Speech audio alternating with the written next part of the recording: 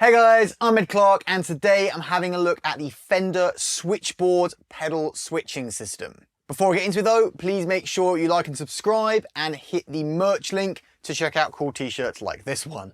So obviously this isn't a brand new pedal, but I've been using it on my pedal board for quite a few gigs now, so I thought it would be a good moment to give you my feedback of what I like and dislike about it. Obviously, usually with these honest reviews, I'll start the video by kind of demonstrating the sounds of whatever pedal I'm reviewing, and then I'll talk about the good things and the bad things. But obviously this one doesn't really have sounds because it's a switcher. So I'm going to talk through the functionality of it, what it does, and then we'll dive straight into what is good and bad about it. So for those of you who don't know, the Fender Switchboard is essentially a loop switcher. You can use it in two distinct modes. Firstly, we can have it in loop mode where each one of the switches corresponds to a loop and I can turn that pedal on and off. The way I use it, however, is in preset mode, where I have numerous banks, which I can scroll through here. And each one has 4 presets. You can reorder the pedals in any order you like, and each preset can have a different order, which is a really nice touch. And it also has a built-in volume pedal that you can use an external expression pedal to control, or you can have it preset for each preset. So, for example, my default rhythm patch is just the strum and riverside.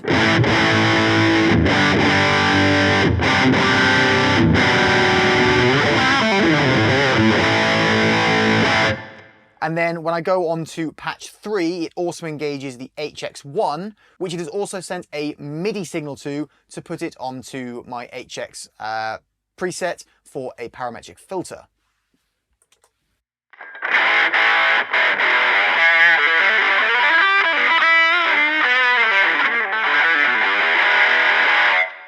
Just a nice lo-fi filter. Preset 2 is the rhythm sound, just the strum and riverside, plus the Keeley halo delay.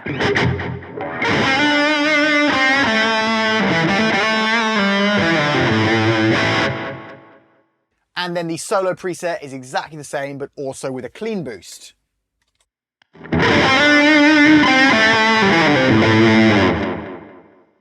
Before I get on with the next part of the video, if you're enjoying it and you're interested in lessons, gear, giveaways, and other guitar related things, please make sure you subscribe. It really does help out the channel massively.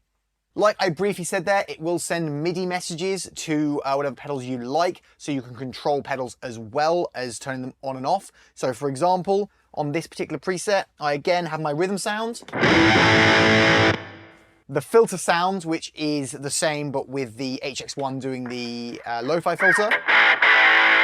And then I can also put it onto exactly the same combination of pedals, but the HX1 is now doing a phaser.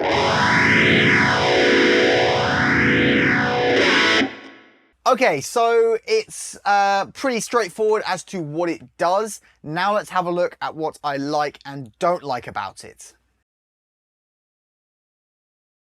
Okay, so let's dive into what is awesome about this pedal. First up, its price. It is extremely well priced for the amount of functionality it has and the ability to reorder pedals within the loop switcher itself without having to plug into a computer or an app or anything like that. You can do it all on the interface itself. Is really, really nice. It makes it very easy to on the fly create presets and mess around with different sounds. So on any preset, what I can do is hold down this button here, and then you can see all the things I can change. So for example, I can edit the current preset. You can see which pedals are on and off. I can toggle them on and off here. So for example, I could say, let's say I wanted to move my volume pedal. So I can click on it, pedal location, so I can move it wherever I like. Let's say I wanted it right at the start. I can set it to be on or off. Let's say I wanted it on. And then I can also set the levels. So instead of controlling it with an expression pedal, which is what I'm actually doing here, I can instead say, yes, I want to set a level and have it constantly set to whatever level I want. We can also tell it which MIDI messages we want it to send. You can have an input buffer and an output buffer, should you wish. Each one of those can be toggled on and off per preset. For now, I don't want to save my changes, so I'm going to exit and exit again, and hopefully I've not messed everything up. Super easy to use. The other really nice thing is you can change the color of the LEDs when you're in loop switch mode. So you can color each one to represent the kind of pedal that you're controlling. So for example, I've got white for my solo boost, yellow and red for my overdrives, blue for my HX1, because I think of blue as modulation for some reason, and that's mostly what I'm using it for, and green for my delay. It also has a tuner built in here, which is a nice touch. Can't say I've really used it a whole lot, but it is there should you need it. I have a different tuner on my board, so I don't really need it. The color display is absolutely fantastic. It's really, really clear. I've seen much more expensive switches that either have just on-off lights and that's it, nothing to say what is actually selected, or you have small ones but they're not color. This is brilliant in that it has a full color big display, which is really easy to see on stage. Okay, the issues. Now this is, to be honest, why I'm really making this video, because while on paper this is absolutely a phenomenal pedal and I do think it has a use for the right person, I find it a little bit difficult to use live, and I'm going to explain why now. So the most annoying thing about this pedal is the way the switches interact. Now, this never even occurred to me when I was researching this before I bought it, because I've never seen a pedal operate this way. Every switch I've ever seen on a pedal or on a loop switcher, you press it on and the instant you press the button, it turns on. This is the opposite. When you lift back off is when you turn on. Doesn't sound like a big deal, but the trouble is, if you're wanting to do a sound change on a beat, you're always going to be slightly late, or you have to anticipate it.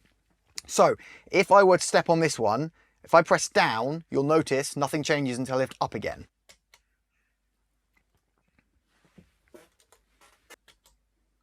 The bigger issue with this, I probably could get around it if it was just that. The problem is, this pedal has a very clever feature which can be brilliant, which is a momentary thing. So I can have it change sounds only while I'm holding down. So if I go for my filter sound here,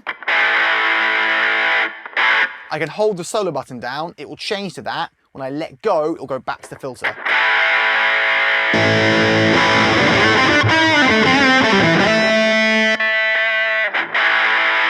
Seems brilliant. The trouble is, if I try and, I don't know, get around the weird on-off situation where it turns on when you lift off, try and get around that by saying, well, I'll just hold the button down until I'm ready to let go, you can't. Because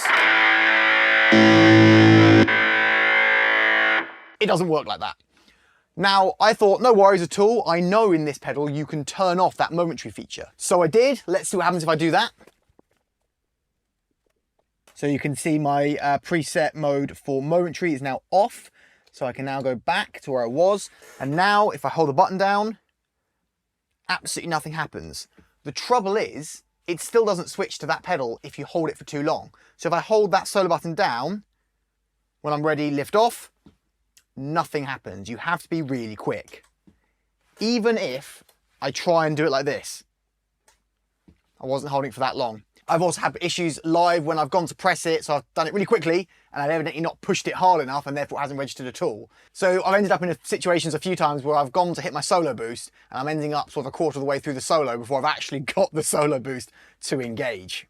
I've also had it happen a few times where the system has glitched. Not anything horrendous. I've not had it change to the wrong thing or put a pitch shifter on and suddenly I'm in E flat for no good reason. Nothing like that. But I'll press a button and it'll take a couple of seconds before it'll actually do it.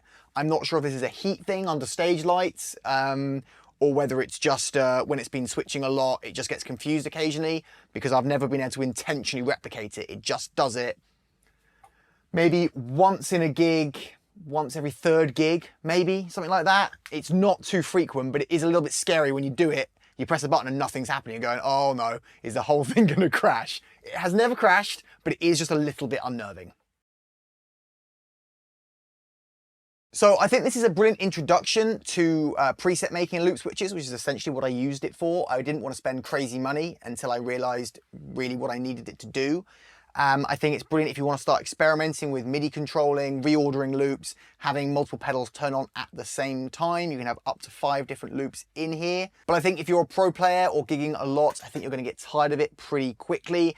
and the thing with the switches turning on and off is extremely frustrating to me. So I am going to actually be replacing this pretty soon. I'm looking at the Morningstar stuff as a step up. Still really clear displays, lots of functionality, not quite as easy to program, I don't believe, but I think it will be worth it for how I find it in gigs. So there you have it, the Fender Switchboard. Those are my thoughts. What are your thoughts? Let me know down below. In any case, I hope you enjoyed this video. If you did, please hit that like button. Make sure you're subscribed with the bell icon ticked to be notified of new videos. Have yourself a great day, and I'll see you next time.